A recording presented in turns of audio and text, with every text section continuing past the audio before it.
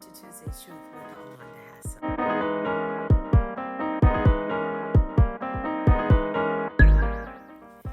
So there's an old adage that says it takes a village to raise a child, and I wholeheartedly believe in that. I was raised that way, where the community, our neighbors were just an active part of our lives. They helped us, they guided us, they corrected us.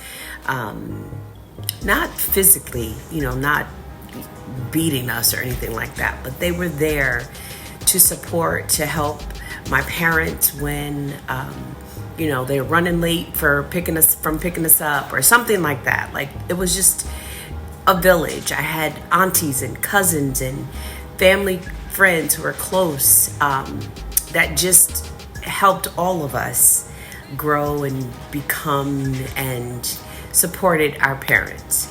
I don't believe that adage is any longer in effect. And as an educator, I am seeing the devastation, I should say, and how our children are being raised, how our children are being neglected, how our children are too grown, too advanced, and underdeveloped academically, several grades behind in their reading levels, their math levels, and it is frightening. I have wanted to become an educator since I was in second grade. I had phenomenal teachers, and I just said, I can't imagine really being or doing anything else. I want to be a teacher. I played being a teacher all my life in my mom's dining room. All of my dolls and stuffed animals were my students, and I mimicked my favorite teacher, Susan Campbell, which she got married, and I don't know her married name, but gosh, if I could find her, I'd be so happy. But I carried a teacup with Kool-Aid in it and all of those things. I mocked her because I knew that this is what I wanted to do. This is who I wanted to be. But when I look at the state of our education system and our children today, I am saddened. I'm disappointed. I'm frustrated. I'm exhausted because these children are just unruly. And when I say these children, I'm talking about the majority of them. I have roughly 100 students every year, and I don't know, it's different. And we have to do some work, not immediately with our children, but with our parents. If we are in fact the village, if we're a part of the village, and we are, whether people want to see that or not. And I don't just mean educators, but I mean our churches, our community leaders, our community organizations.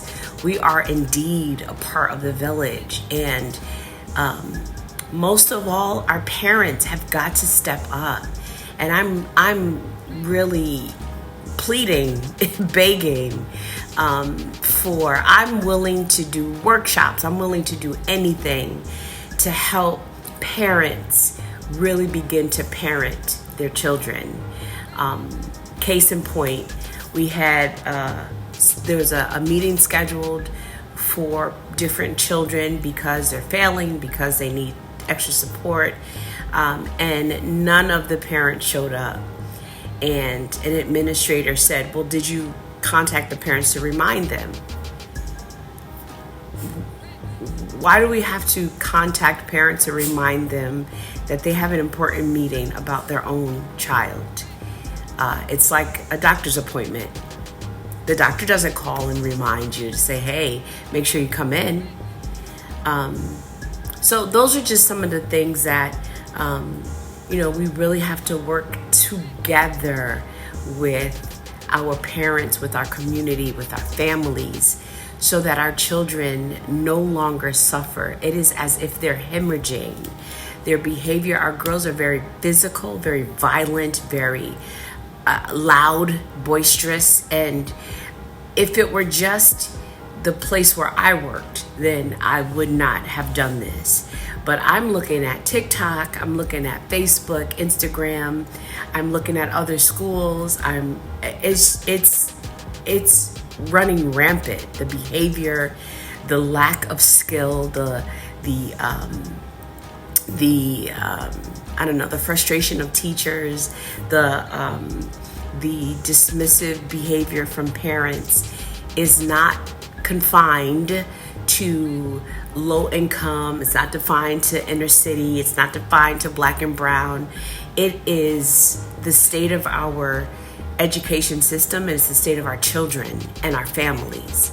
And I really do believe in the village. And there's work that has to be done. We have to do something because things are looking very grim. And here's one of the things that are probably more frustrating than anything, because I know that I and my colleagues, I work with some of the most amazing educators who are where they are because they want to be, because they love the children. We work very hard and we work together all the time. So that is not the issue. The issue is that no matter what we do, no matter the meetings we set up, no matter the interventions we have, no matter the evaluations that we have for students who we see are struggling, the bottom line is if those kids don't pass, if those kids don't grow academically, it's our fault. There are no other variables that are taken into consideration. That their parents are not supportive, or that they're homeless, or that they are they're chronic absence. They have chronic absences. They have major behavioral issues. And when I say all of those things, I mean there are a lot of students who are struggling with all of those things, not one or two. And the bottom line becomes teachers are at fault, because why didn't we? Why aren't things put on the board? Why aren't things done when we're literally in a classroom trying to get our children? Sometimes the curriculum and the academic part comes last. There are days where it's like, I have to teach young ladies how to be young ladies.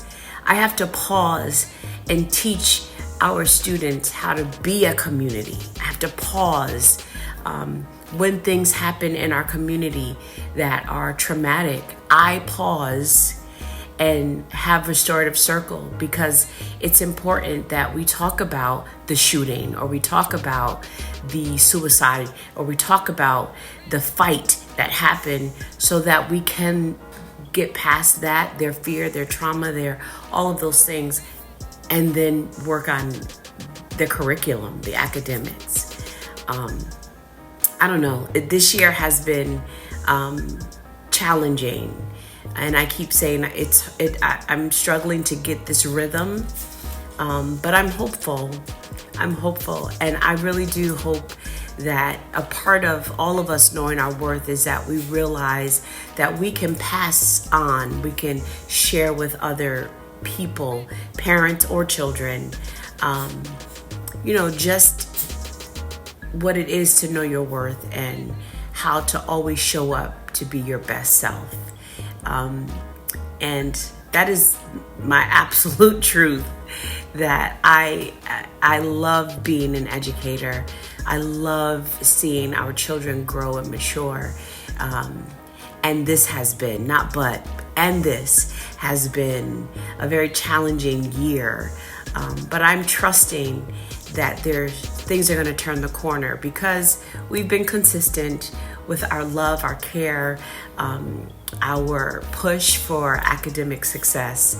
So partner with parents and children to assure that they are always giving their very best. and say prayers for educators, because this is not easy, and this is not as a result of COVID. I say it all the time. I think COVID has shined a light on the state of our education system and the state of our children and families.